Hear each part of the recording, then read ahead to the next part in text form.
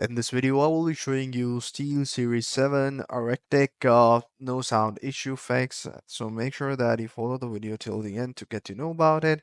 I'll be showing you a complete guide on how to do it properly. So if you're new to the channel, make sure that you hit the like button, subscribe button, and don't forget to hit the bell icon so you won't miss any future update. So what you have to do is to search in the Windows and go ahead and type control panels.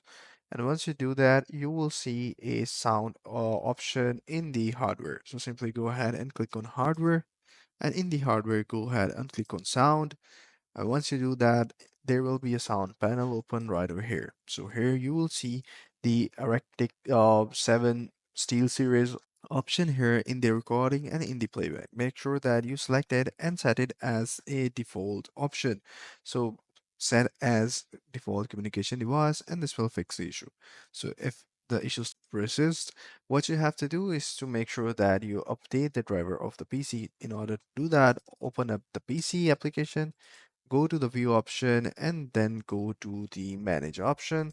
And in the manage option, once the portal will be open, what you have to do is to simply go ahead and update the drivers. For that, go ahead and click on the device drivers.